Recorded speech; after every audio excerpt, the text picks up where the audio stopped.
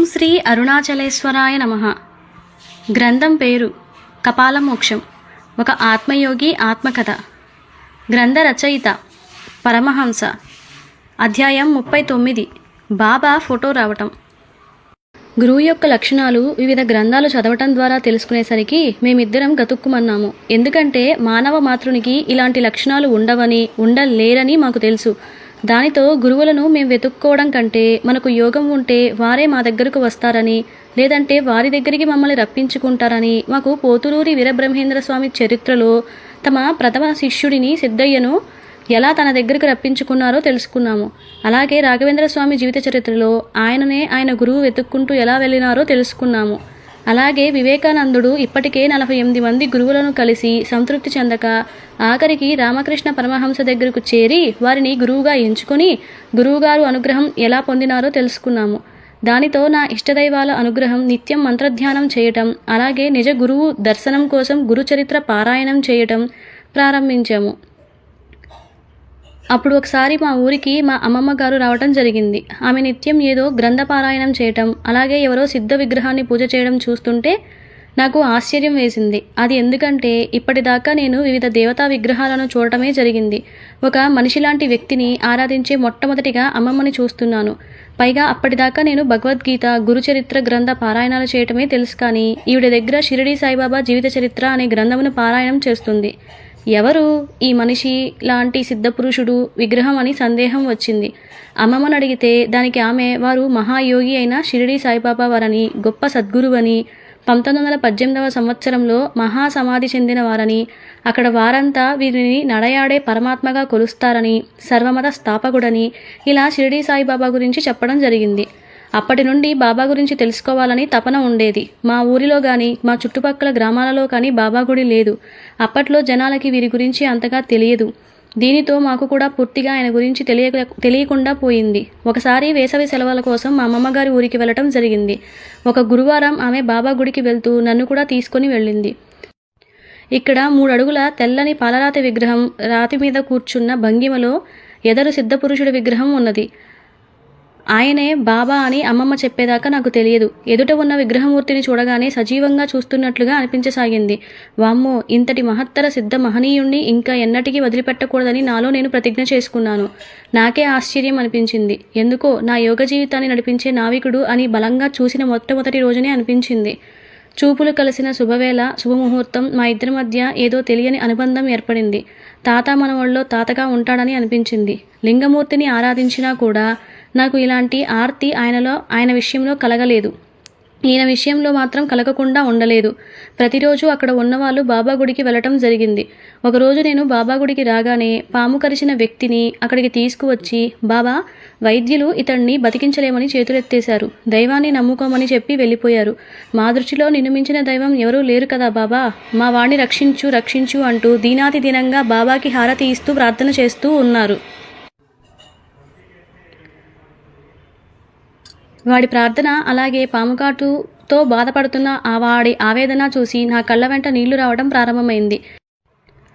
ఇంతలో ఆలయ పూజారి వచ్చి బాబా దగ్గరున్న విభూదిని ఈ పాముకాటు వద్ద రాసి నోటిలో కొంత ఊదేసి బాబా వైపు ప్రార్థన చేసి వెళ్ళిపోయాడు. సుమారుగా 3 గంటల తర్వాత ఈ పాముకాటు బాధితుడు పునర్జీవితుడయ్యాడని అమ్మమ్మ నాకు చెప్పేసరికి నా ప్రాణం వచ్చినంత ఆనందం వేసింది.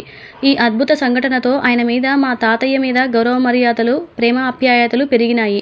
నా సెలవులు పూర్తి కావడంతో ఇంటికి వెళ్లే సమయం ఆసన్నం అయ్యేసరికి బాబాని వదిలి వెళుతున్నందుకు నా మీద నాకే కోపం, బాధ కలిగినాయి. కానీ ఏమీ చెయ్యలేం కదా. అప్పుడు మా అమ్మమ్మ నా చేతికి షిరిడీ సాయిబాబా జీవిత చరిత్ర గ్రంథం, అలాగే బాబావారు చెప్పిన జవాబులు పుస్తకాన్ని నా చేతిలో పెట్టడం జరిగింది. వీటిని కనిపించని బాబా తాతయ్య ప్రసాదంలాగా దాచుకొని మౌన వేదనతో ఇంటికి రావడం జరిగింది. కానీ నా నుండి బాబా ఆలోచనలు పూర్తిగా పోయేవి కావు. బడిలో, గుడిలో జరిగిన సంఘటనలు అన్నీ బాబాకి చెప్పేవాడిని. ఆయన అన్నీ వింటున్నాడని భావించేవాడిని. నన్ను చూసేవాళ్లకు నాలో నేను ఏకాంతంగా మాట్లాడుకోవడం మాత్రమే కనిపించేది.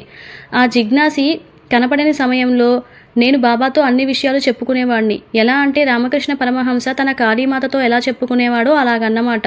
కానీ నాకు బాబావారు సజీవమూర్తిగా కనిపించేవారు కాదు అన్నమాట. ఇది ఇలా ఉండగా నాకు తెలియకుండా నేను బాబా చరిత్ర పారాయణం 6 నెలలు పూర్తి చేసినాను. ఒకరోజు మా అన్నయ్య నా కోసం శ్యామకర్ణ ఉన్న గుర్రం, అలాగే వాగే కుక్క కూర్చున్న సజీవమూర్తి ఉన్న బాబావారి 2 అడుగుల ఉన్న ఫోటో నాకు పుట్టినరోజు బహుమతిగా ఇచ్చినాడు. అది 1993వ సంవత్సరంలో అన్నమాట. బాబా సజీవమూర్తి ఫోటో చూడటం అదే మొదటిసారి. అలాగే ఇలాంటి ఫోటో నేను ఇంతవరకు మరెక్కడా చూడకపోవడం మరీ విచిత్రం అన్నమాట. ఆ ఫోటో ఇప్పటికీ నా ప్రాణప్రదంగా నా దగ్గరే ఉంది. అది ఉంటే బాబా నాతో ఉన్నట్లే ఉండేది. ఇక ఆ రోజు నుంచి ఈ ఫోటోతో మాట్లాడుకోవడం ఆరంభించాను. ఒక పక్క బాబా పారాయణాలు, హారతులు జరుగుతున్న సమయంలో నాకేదైనా సమస్యలు వచ్చినా బాబా సూక్తుల పుస్తకం చూసేవాణ్ణి. అందులో బాబా చెప్పిన మాటలు 777 సూక్తులు ఇవ్వబడినాయి. అందులోంచి కళ్ళు మూసుకొని ఒక నెంబర్ లేదా పేజీని తాకి నాకు వచ్చిన సమస్యకు పరిష్కార సమాధానం అడిగేసరికే అది ఖచ్చితంగా వచ్చేది. నాకు ఎంతో ఆశ్చర్యం వేసేది. దానిని స్వయంగా బాబా ఆజ్ఞ అని భావించి ఆయన చూపిన సమాధాన సూక్తిని అనుసరించేవాడిని, పాటించేవాడిని, ఆచరించేవాడిని. ఇప్పటిదాకా బాబా ఆజ్ఞలన్నీ ఈ పుస్తకం ద్వారా నాకు వచ్చేవి. ఇప్పటికీ కూడా వాటిని పాటిస్తున్నాను. గమనిక: బాబావారు దేవుడా, దయ్యమా, గురువా, లేదా జ్ఞాన లేదా అజ్ఞాన, హిందువా, ముస్లిమా అనే చెత్త విషయాలు పక్కన పెట్టి సర్వమత సమ్మేళనం కోసం పాటుపడిన సిద్ధ మహాత్ముడని గుర్తించండి. ఎన్నో సంవత్సరాల పాటు సిద్ధయోగ మార్గంలో సాధన చేసి ఎన్నో రకాల యోగమాయాలను దాటుకొని పరిణతి చెందిన పరిపూర్ణ బ్రహ్మజ్ఞాని అని గుర్తించి మన కళ్ళ ముందు జీవించి మరణించిన నడయాడే పరమాత్ముడని గ్రహించి ఆరాధించండి. మీకు కావలసిన యోగం లేదా భోగం ఆయనే అందిస్తాడని విశ్వాసంతో విశ్వసించి విశ్వారాధన చేయండి. సమాధానాలు చెప్పే బాబా పుస్తకం. కొన్ని రోజుల తర్వాత ఆనందవదనంతో, ఆరోగ్యంగా, ఎంతో ఉత్సాహంగా నా దగ్గరికి జిజ్ఞాసి వచ్చినాడు. ఈసారి మనసులో గురువుకు సంబంధించిన ప్రశ్నలు పెట్టుకుని బాబా ప్రశ్న జవాబు పుస్తకం ఇచ్చే సమాధానాలు చూడటానికి వచ్చినాడు. 1. సాధనకి గురువు అవసరమా అనే ప్రశ్న అడగగా బాబా పుస్తకం జవాబుగా గురువు సహాయం లేనిదే ఎవరికీ కానీ ఆత్మసాక్షాత్కారం పొందుట చాలా కష్టం అని వచ్చింది.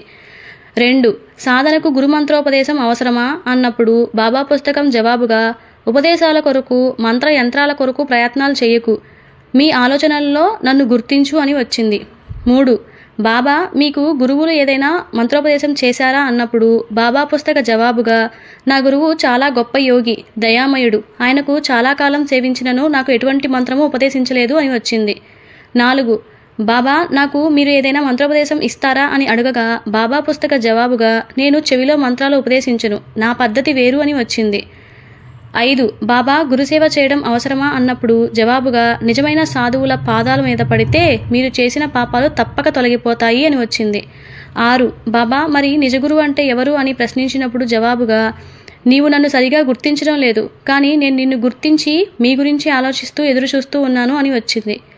7. బాబా మరి నకిలీ గురువు అంటే ఎవరు అని ప్రశ్నించినప్పుడు జవాబుగా ఎవరు ఎక్కువగా మాట్లాడుతూ తమ గొప్పతనాన్ని చాటుకునే కపట గురువులు ఈ మధ్య చాలామంది తయారయ్యారు అని సమాధానం వచ్చింది.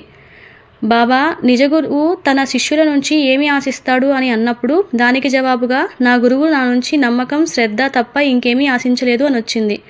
బాబా ఆత్మసాక్షాత్కారం పొందటానికి ఏం చేయాలి అని ప్రశ్నించినప్పుడు జవాబుగా బ్రహ్మ సాక్షాత్కారం కొరకు 5 వదిలేయాలి.